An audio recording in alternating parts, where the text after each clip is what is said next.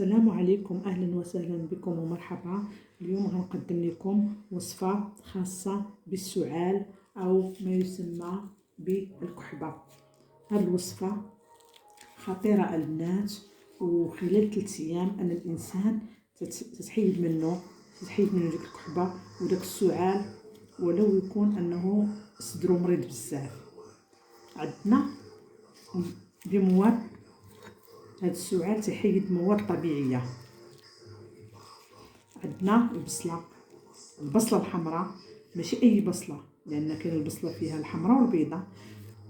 عندنا البصله الحمراء والثومه الحمراء على هذا الشكل. الثومه الحمراء تنشدو الفص ديال الثوم وتنقيوه وتنحكوه على هذا الشكل.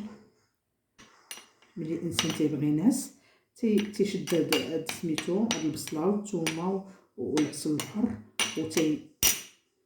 وتياكلهم وتينعس خلال 3 ايام.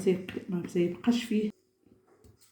وتتساعد حتى اللي عندهم سميتو عندهم البرد في سميتو في الرئه وداكشي، يعني تتساهم في العلاج ديال السعال. تساهم في العلاج، وما تيبقاش الانسان تيكحب وتتعرض لدوك النوبات ديال الاختناق وداكشي، يعني تيتشافى منهم.